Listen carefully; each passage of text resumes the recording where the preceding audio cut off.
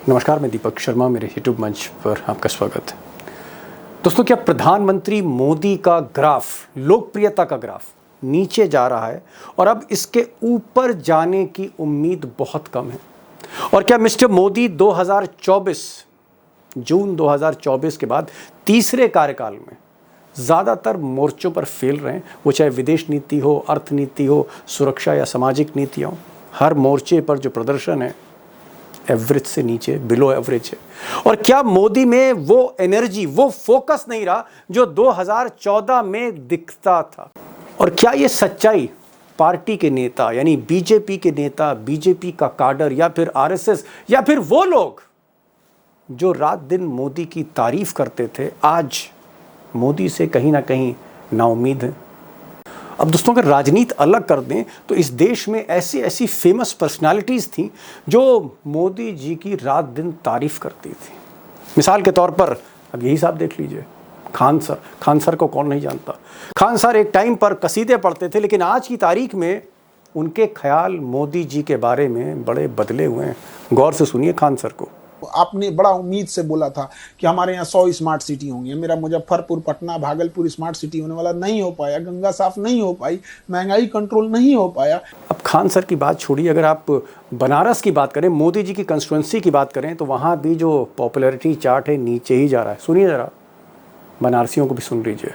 असली बनारस की क्या कुछ कंडीशन है वो भी आपको देखना चाहिए। फिलहाल ये देखिए, ये है आपकी कंडीशन, जो कि अभी हम हैं ट्रामा सेंटर के ठीक पीछे वाला रोड। अब अगर खान सर जैसे फेमस लोगों को अलग कर दिया जाए या मोदी जी की कंस्टिट्यूंसी बनारस के लोगों को भी छोड़ दिया जाए, तो मोदी सरकार में जो मंत्री हैं, जरा उनकी बात भी सुन लीजिए देश के हालात के बारे में। धीरे धीरे गरीब बढ़ते जा रहे हैं और कुछ धनवान लोगों के हाथ में संपत्ति का केंद्रीयकरण हो रहा है, वो भी नहीं होना चाहिए। अब दोस्तों, ज़मीनी सच्चाई ये है, अगर आप आंकड़े देखें, इंडेक्सेस देखें, सरकार के आंकड़े देखें, तो मोदी जी का जो तीसरा टर्म है, जो आप कह सकते हैं 4 जून 2024 से शुरू हुआ, थर्ड टर्म, जब मोदी जी अल्पमत में थे, उसके बाद से और अब तक 2025 जुलाई तक जितने भी इंडेक्स हैं, जितने भी आंकड़े हैं, वो जाहिर करते हैं कि मिस्टर मोदी हर मोर्चे पर, जो सरकार है मोदी जी की, हर मोर्चे पर कहीं ना कहीं विफल हो रही, नाकाम हो रही, फेल हो रही। जैसे मिसाल के तौर पर अगर आप मैन्युफैक्चरिंग सेक्टर देखें, वो उत्पादन जो फैक्ट्रियों का उत्पादन है, जहां से हमारा निर्यात बढ़ता है, इकॉनमी बढ़ती है, बड़ा की फैक्टर है, मैन्युफैक्चरिंग उत्पादन नीचे जा रहा है, नीचे जा रहा है। और जो बेरोजगारी है देश में, वो ऊपर जा रहा है उसका ग्राफ। बेरोजगारी बढ़ रही है, उत्पादन घट रहा है। और अगर हम बात धर्म की करें, जाति की करें, भाषा की करें, तो देश में वाकई ज़बरदस्त तनाव है। वो चाहे तमिलनाडु हो, कर्नाटक हो, महाराष्ट्र हो, या फिर बिहार और उत्तर प्रदेश में जातिगत तनाव है, या फिर आप अगर धर्म की बात करें, मजहबी कम्युनल टेंशन की बात करें, तो असम और पश्चिम बंगाल में पीक पर है। यानी धर्म, जाति, भाषा, इसको लेकर एक नए तरह का तनाव समाज में, अनरेस्ट दिखाई दे रहा है। और अगर विदेश नीति की बात करें तो चीन सीमा पर डटा हुआ है, अभी भी रिश्ते नहीं सुधर रहे हैं। और जहाँ तक ट्रम्प साहब की बात है, अमेरिका की बात है, तो अमेरिका रोज़ रोज़ भारत के साथ नए नए गेम खेल रहा है। वो चाहे टैरिफ हो, जिसे मैं गुंडा टैक्स कहता हूँ, गेम जारी है। अब दोस्तों, मोदी सरकार कहाँ कहाँ फेल हो रही, किस मोर्चे पर विफल हो रही है, इसका तो मैंने आपको छोटा सा ब्रीफ दिया और कुछ आपको बातें सुनाई, खान सर से लेकर और नितिन गडकरी तक। लेकिन ये तो एक ट्रेलर है जो आपके सामने मैंने रखा। आरएसएस थिंक टैंक तो नाकामी की पूरी फिल्म देख रही है, पूरी फिल्म देख रही है। और अभी जो चिंतन बैठक हुई, अभी जो आरएसएस की बड़ी बैठक हुई उनके ऑफिस बियरर्स के साथ, जहां पर मोहन भागवत थे, दत्तात्रेय हॉस बोले थे, बाकी ज्वाइंट जनरल सेक्रेटरीज थे दिल्ली में, उनका ये आकलन है कि मोदी कहीं ना कहीं अब ढलान पर है और रिकवरी पाथ बहुत मुश्किल है। रिकवरी पाथ से मेरा मतलब है कि अब मोदी की फिर से जोरदार वापसी हो 25, 26, 27, 28 बहुत मुश्किल है। ये आरएसएस का मानना है। और यही नहीं, आरएसएस के थिंक टैंक का ये भी मानना है कि मोदी सरकार के साथ साथ बीजेपी की जो कई सरकारें हैं, जिसे हम डबल इंजन कहते हैं, उनकी हालत भी खस्ता है। मोदी सरकार के साथ साथ बीजेपी की राज्य सरकारों की भी हालत खस्ता है। जैसे छत्तीसगढ़ एक मिसाल है। Everything is not well. फिर मध्य प्रदेश है, राजस्थान है, हरियाणा है, उत्तराखंड है, ज़्यादातर नए नवेले मुख्यमंत्री हैं यहाँ पर। और आरएसएस का मानना है, आरएसएस का असेसमेंट है कि ये सरकारें डिलीवर नहीं कर पा रही हैं। और दोस्तों, इन परेशानियों के बीच में जो सबसे बड़ी दुखती रग है आरएसएस की, बीजेपी की, पार्टी की, उसका तो जिक्र ही मैंने नहीं किया। और वो जो दुखती रग है वो है संख्या बल, लोकसभा में संख्या बल। सच्चाई है कि 4 जून 2024 के बाद से मोदी अभी भी अल्पमत में, बैसाखियों पर चल रहे हैं। एक तरफ नीतीश कुमार है जिनकी आप हालत जान रहे हैं क्या है सेहत की, दूसरी तरफ नायडू बाबू जिनको आंध्र प्रदेश की राजनीति के अलावा कुछ लेना देना नहीं, पैसा फंड्स मिलता रहा है। सवाल इस बात का है कि जो सरकारें हैं, कोई भी सरकार हो, वो मीडिया से नहीं चलती है, वो इवेंट मैनेजमेंट से नहीं चलती। सरकारें जो भी चलती हैं लोकतंत्र में, वो सदन से चलती हैं, सदन की ताकत से चलती हैं। और सदन में आज मोदी की ताकत बहुत कम है 2014 और 2019 की तुलना में। सच्चाई है कि अगर 15-20 सांसद लोकसभा में, फ्लोर ऑफ द हाउस में इधर से उधर हो गए तो मोदी जी वाकई संकट में आ जाएंगे। अब दोस्तों, सवाल है, द बिग क्वेश्चन ये है कि क्या मोदी जी के अच्छे दिन वाकई चले गए? और अगर ये अच्छे दिन लौटने वाले नहीं हैं, जिसकी अब उम्मीद नहीं लगती है, तो फिर जो लाजमी सा सवाल है वो ये है कि मोदी जी कितने दिन तक सत्ता के रथ पर सवार रहेंगे, कितने दिन तक और सत्ता में रहेंगे। और क्या आरएसएस का थिंक टैंक बहुत सीरियसली, बहुत गंभीरता से मोदी जी का विकल्प तलाश रहा है, मोदी जी का विकल्प ढूंढा जा रहा है। दिल्ली की बैठक से या बाकी जो बैठकें हो रही हैं उससे संकेत तो यही मिल रहा है, विकल्प तलाशा जा रहा है। तो मोदी जी का ये विकल्प कौन होगा? Mister Amit Shah, mister Yogi Adityanath, mister Rajnath Singh, mister Nitin Gadkari या मिस्टर देवेंद्र फडणवीस या फिर कोई और? बिग सवाल, बिग क्वेश्चन है। और आज इसकी तह में मैं जाने वाला हूँ।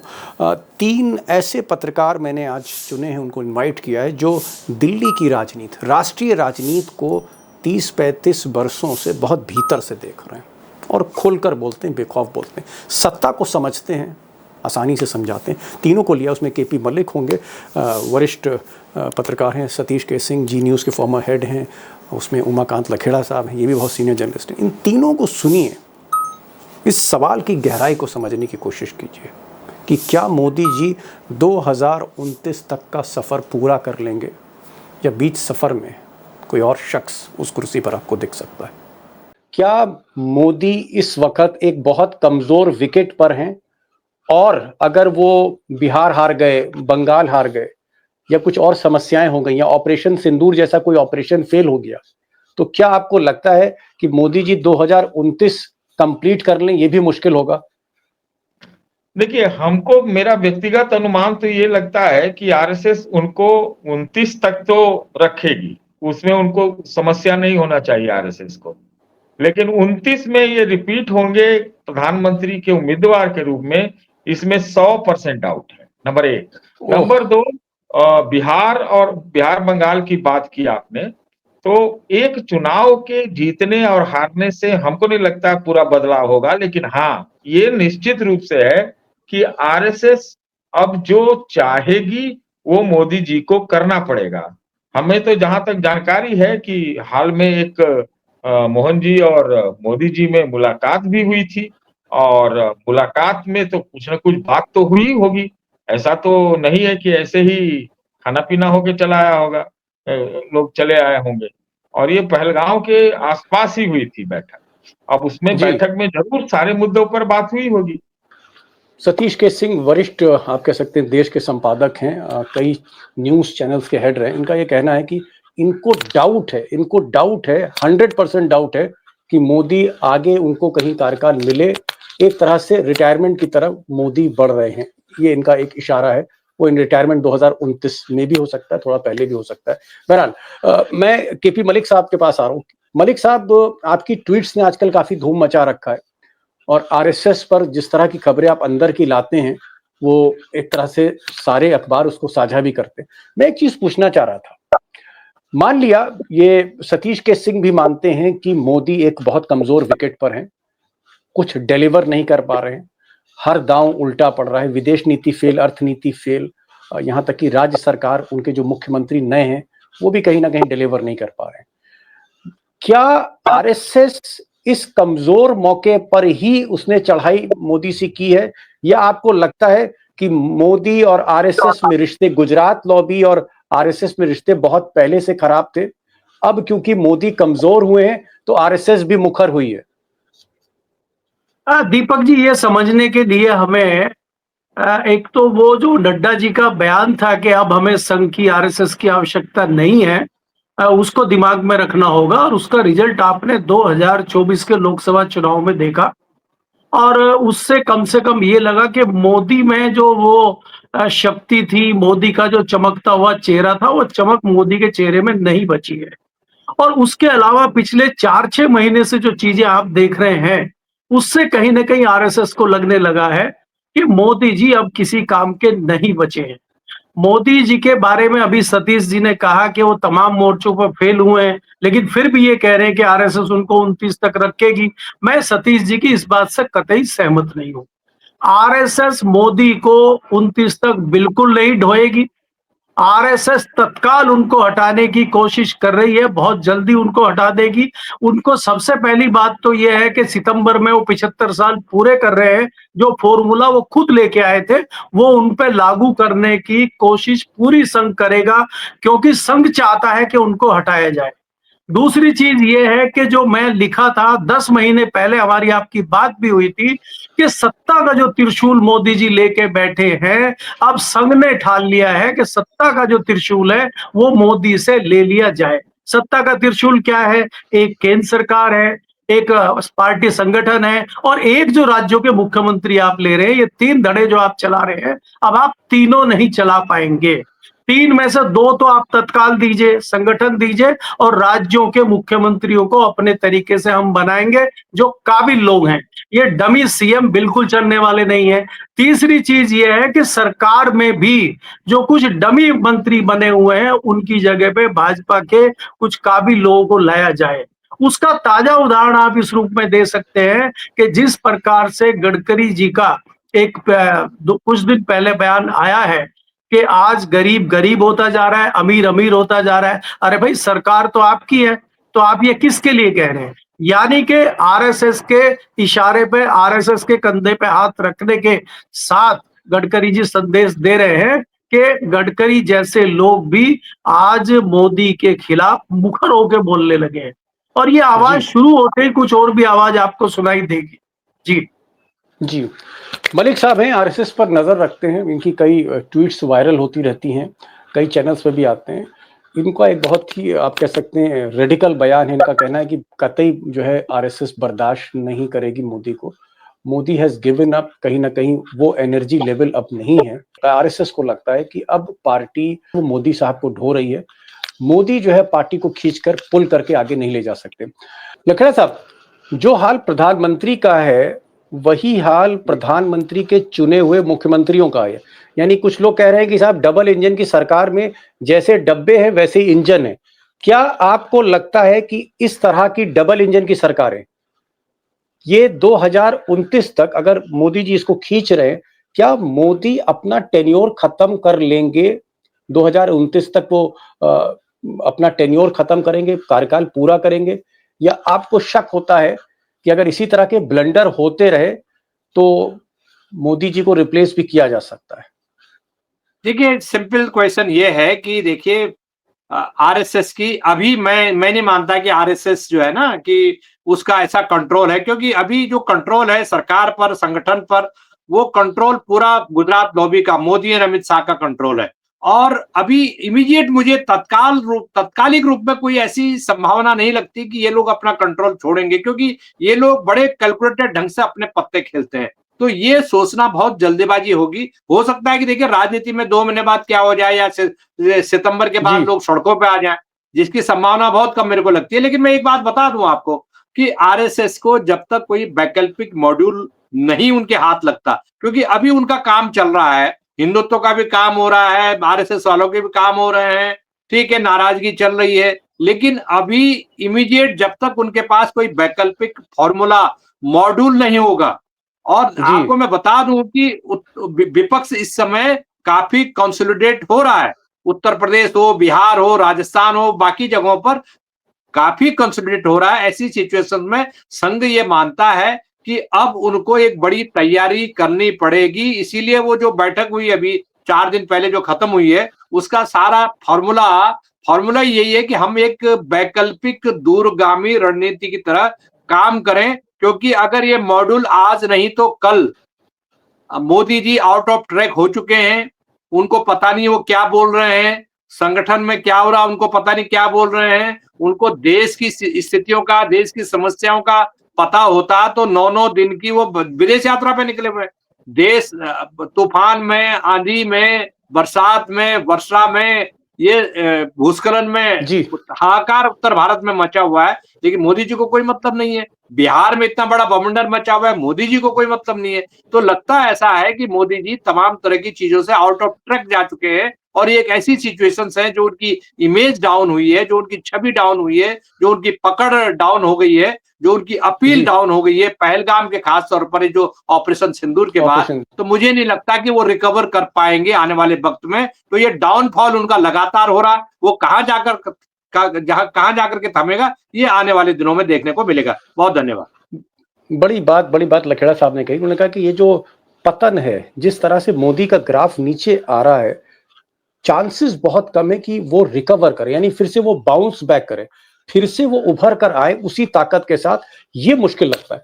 क्या आपको भी लगता है सतीश केसी कि जो ग्राफ है नीचे जा रहा है और मोदी का ये ग्राफ फिर से ऊपर आए, फिर से वो कोई तहलका मचाएं, फिर से उनको कोई शक्ति या एनर्जी मिले, इसके चांसेस अब बहुत कम है।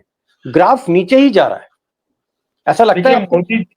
मोदी जी के चमक को, और चमक जो गिरती हुई चमक है, फीकी होती हुई चमक है, उसको कोई अगर सहारा कोई दे सकता है तो वो है अमेरिका के साथ ट्रेड डील। अगर ये ट्रेड डील अच्छा होने की उम्मीद रहती, तो जिन देशों की यात्रा कर रहे हैं, गलत नहीं कर रहे हैं, मैं ये कहूं, इन यात्राओं को पहले करना चाहिए था। तो एक वैकल्पिक ट्रेड की जगह भी वो ढूंढ रहे हैं, तो वो एक बात है। लेकिन हाँ, चमक से रिकवरी बहुत मुश्किल है, इसमें कहीं से कोई शक नहीं। आपने चीफ मिनिस्टरों की बात की, जितनी मेरी जानकारी है उसमें महाराष्ट्र, राजस्थान और दिल्ली, ये दिल्ली की भी बात कह रहा हूं, कि ये तीनों तो मुझे लगता है कि आरएसएस चॉइस के मुख्यमंत्री हैं। ये इस चीज को तो हम लोग को नहीं करना चाहिए थी, इसलिए वो गुजरात लॉबी ने ही मुख्यमंत्री चुना है, ये बिल्कुल साफ नहीं। मैं मध्य प्रदेश की मान सकता हूं, मैं छत्तीसगढ़ की मान सकता हूं, लेकिन दिल्ली और महाराष्ट्र की तो कोई भी नहीं मानेगा। तो ये बड़ा अभी है, संघ के सामने चुनौतियां बहुत हैं। संघ को भविष्य देखना है, मोदी को वर्तमान देखना है, इसी की काल मतलब जो है कसमकस है। लेकिन जो मुझे ज्ञात है कि जितना लोग बताते हैं कि मोहन भागवत और मोदी में रिश्ता एकदम खटपट है, गड़बड़ है, मेरे हिसाब से उतना नहीं है। जी, एक और सवाल का जवाब दे दीजिए। क्या आपको लगता है, मान लीजिए कि स्थिति आती है, ब्लंडर पे ब्लंडर होता है, आप खुद मान रहे हैं कि ग्राफ मोदी का रिकवर होना बहुत मुश्किल है, असंभव है कि वो 2014 की स्थिति में पहुंच जाए, जिस तरह से परेशानियां घेर रही। क्या ऐसा हो सकता है कि मोदी का रिप्लेसमेंट अमित शाह हो सकते, योगी आदित्यनाथ हो सकते, देवेंद्र फडणवीस हो सकते? देखिए, अभी के स्थिति में मुझे नहीं लगता है कोई रिप्लेसमेंट हो सकता है, अभी नहीं। 29 में तो 100% मैं ही कह रहा हूं, जो मेरे हिसाब से रिप्लेसमेंट है कि नहीं। अभी तो रिप्लेसमेंट होने का मतलब है कि ये गवर्नमेंट ही रिप्लेस हो जाएगी। किसी के साथ इतना लोग नहीं है कि सब लोग सर्वमान्य रूप से मान लें। तो आपको मतलब क्या कहे, एक क्राइसिस ही है, जिसमें एक सर्वमान्यता की क्राइसिस है। इसलिए अगर न्यौछावर करना हो, बलि देनी हो, तब तो ये बात है। अभी ऐसा लगता नहीं है। हमको लगता है कि पूरे आरएसएस परिवार में, बीजेपी, आरएसएस, सब में अभी सिर्फ भविष्य का खेल लोग सजा रहे हैं, उसी की बिसात सज रही है। ये चीज एक प्रकार से एडवांटेज में मोदी के जाता है, नंबर 1। नंबर 2, मुझे नहीं लगता है कि विपक्ष जो है एक है या अभी आने वाले समय में कोई वैकल्पिक एकता दिखा करके वैकल्पिक सरकार के लिए कोई दावा करे। ऐसा करना होता तो ये 24 के चुनाव के बाद ही करते। मुझे फिलहाल इसका कोई इसकी संभावना नजर नहीं आती। वो लोग भी देख रहे होंगे कि इनको अपने वजन से ही भीतर में ही कोलैप्स कर जाने दो। जी मलिक साहब, आपको लगता है कि आरएसएस, जो आपकी थ्योरी है कि आरएसएस कहीं ना कहीं मोदी की परफॉर्मेंस से चिंतित है और उनको लगता है, जो लखेड़ा साहब भी मान रहे हैं और सतीश के सिंह भी मान रहे हैं, दोनों लोग मान रहे हैं पैनलिस्ट, कि भाई परफॉर्मेंस खराब हुई है, मोदी का जो चेहरे का नूर है वो नूर कहीं ना कहीं घटा है, चमक कम हुई है, मोदी अब वो मोदी नहीं रहे, ये सब मान रहे हैं। अगर रिप्लेसमेंट होता है, मान लीजिए इमीडिएट नहीं होता है, 2 साल बाद होता है, सपोज करिए उत्तर प्रदेश भी हार जाए 27 में, बंगाल हाथ से निकल जाए, बिहार हाथ से निकल जाए, तो क्या अमित शाह कंटेंडर होंगे, योगी आदित्यनाथ होंगे, या आरएसएस नागपुर के देवेंद्र फडणवीस को आगे करेगा, या कोई और नाम भी सरप्राइज दे सकते हैं? नहीं, देखिए, एक तो दीपक जी, मुझे लगता है कि इसमें महाराष्ट्र से फडणवीस ही होंगे। योगी या उनके नाम पे मैं नहीं सोचता कि आरएसएस इतनी सहमति देगा। दूसरी बात यह है कि जो हम पहले कह रहे थे, और सतीश जी ने भी उस बात को माना है, कि अभी जो 3 मुख्यमंत्री बने हैं 24 के बाद, वो आरएसएस की पसंद के बने हैं। मैं सहमत हूं इनकी बात से। और दूसरी चीज ये है कि जो अध्यक्ष बने हैं, हालात अभी मेरे ख्याल से 10-12 अध्यक्ष बन चुके हैं, उसमें भी अधिकतर आरएसएस की पसंद के बने हैं। प्रदेश अध्यक्षों की बात कर रहे हैं आप? जी, प्रदेश अध्यक्ष जो बने हैं, तो इसलिए हमारा कहना यह है कि जो राष्ट्रीय अध्यक्ष बनेंगे, राष्ट्रीय अध्यक्ष जो बनेंगे, एक तो वो आरएसएस की पसंद के बनेंगे, और मैं जो देख रहा हूं, जो बदलाव मैं तुरंत वाला देख रहा हूं, राष्ट्रीय अध्यक्ष यानी संगठन और मुख्यमंत्रियों का देख रहा हूं।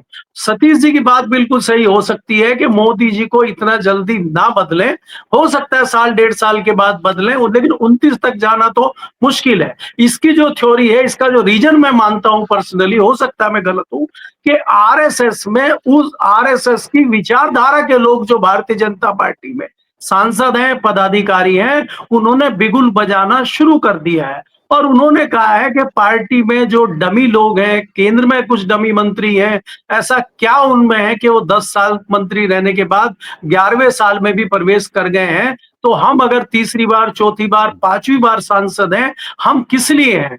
तो उस तरह के लोग मुखर हो गए हैं भारतीय जनता पार्टी में, और वो लगातार दबाव संघ यानी मोहन भागवत पे बना रहे हैं। इसीलिए मोहन भागवत जी में इतनी ऊर्जा आई है। और ये बात भी सही है सतीश जी की, कि विपक्ष भी ये सोच रहा है कि इंटरनली इन चीजों को होने दो, क्योंकि विपक्ष में आज भी इतनी हिम्मत नहीं है कि वो भाजपा को चैलेंज कर सके। तीसरी और अंतिम बात मेरी ये है कि जो आरएसएस की विचारधारा के भाजपा में सांसद हैं, उन्होंने यहां तक मोहन भागवत जी को कह दिया है, जिनकी संख्या लगभग 1 दर्जन है, कि अगर गलती से कल को अविश्वास प्रस्ताव विपक्ष ले आता है और हम 1 दर्जन लोग गैर हाजिर होते हैं, क्या इस परिस्थिति में सरकार बचेगी?